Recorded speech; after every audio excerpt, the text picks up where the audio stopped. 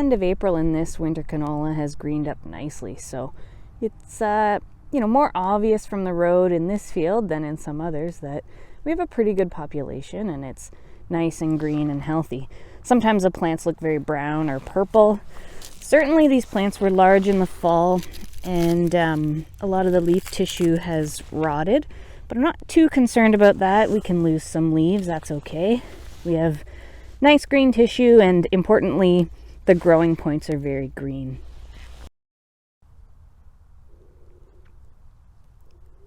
Sometimes we hear discussions about winter canola bolting in the fall, and certainly in Ontario in the past, that was something we'd experienced.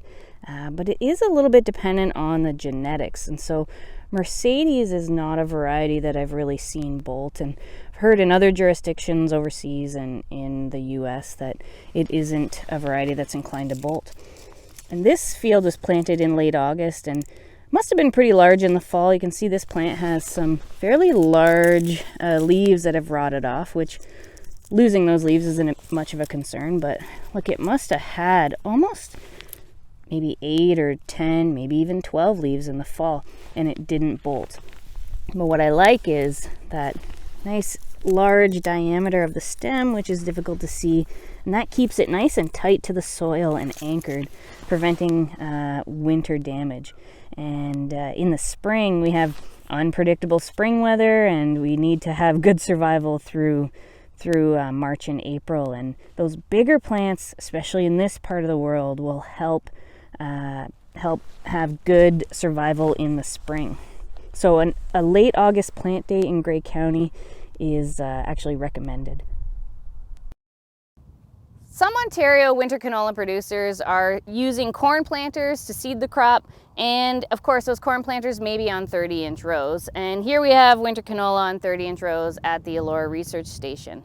Although we don't have any local data on 30s yet, we know that from other jurisdictions and from spring canola that we can see about a 10% yield drag with 30-inch rows compared to narrower. So ideally we want our canola on 15-inch rows or narrower. And some producers that are using those corn planters are doubling back through the field to get it onto 15s. There are some growers that have gone ahead and grown and harvested the crop on 30-inch rows. And although they have had decent yields in most cases, the fields are highly variable. So the wider the row, the bigger the plants are and the more branches they put on. Fields with wider rows and big plants have longer flowering windows, and pods and seeds on the main stem will mature first and the last branches will mature later. So you may have pods ready to harvest on the main stem, but seeds are still green on the later branches. This kind of variability makes it difficult to time harvest or pre-harvest herbicides if you're using them, and could result in shatter losses. Once we establish that the plants are healthy, we need to determine if we have an adequate population. And just looking across this field, I'm not worried about population, but we do some counts. So that's a square foot.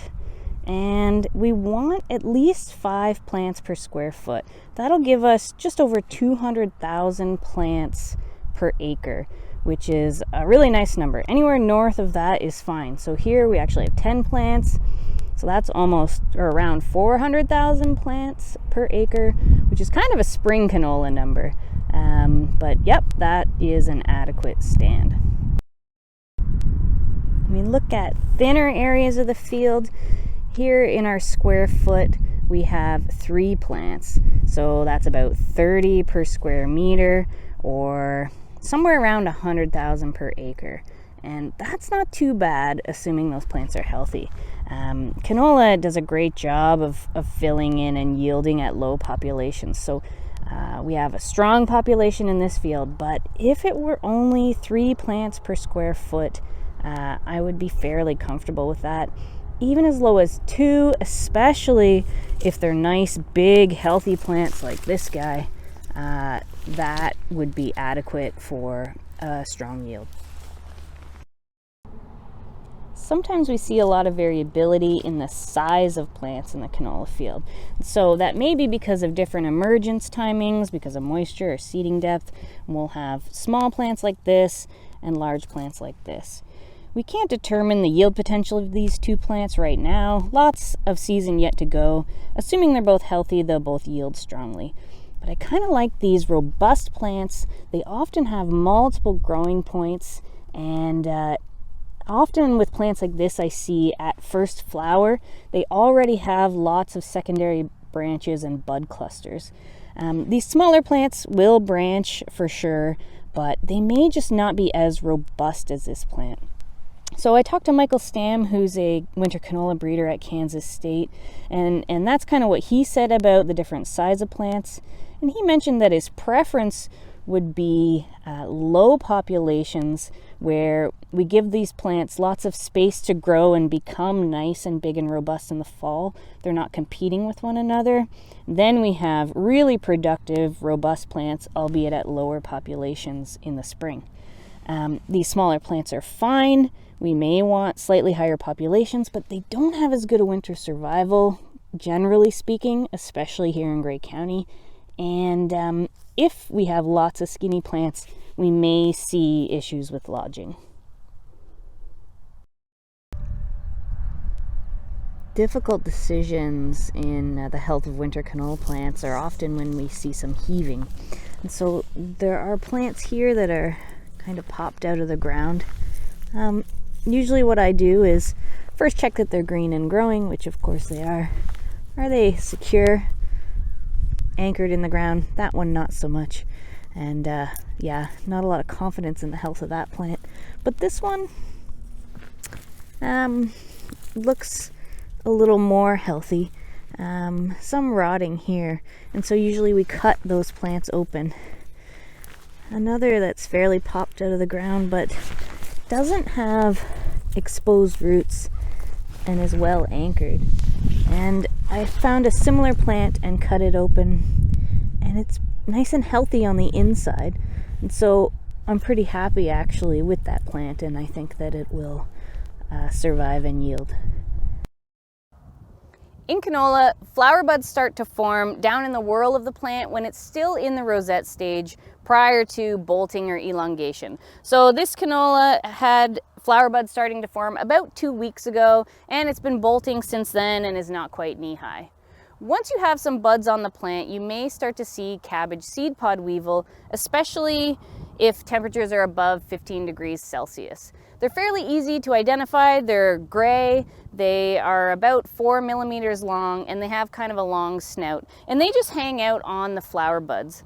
The adults may feed on the flower buds, and you'll see chew marks in the flower buds, but that really doesn't cause any yield loss because branches and flower buds that come later can compensate for those early losses. The real yield loss comes when we have larvae growing in the pods. So adults will lay their eggs in the 2 centimeter long pods that are newly forming. Larvae will feed on seeds in there and then exit the pods later, which can lead to shatter losses. The only way to really properly scout for weevil is to use a sweep net, and the threshold is 2 to 4 adults per sweep. They're very abundant at the edge of the field, so you really got to get out into the field in 5 or 10 spots to properly scout.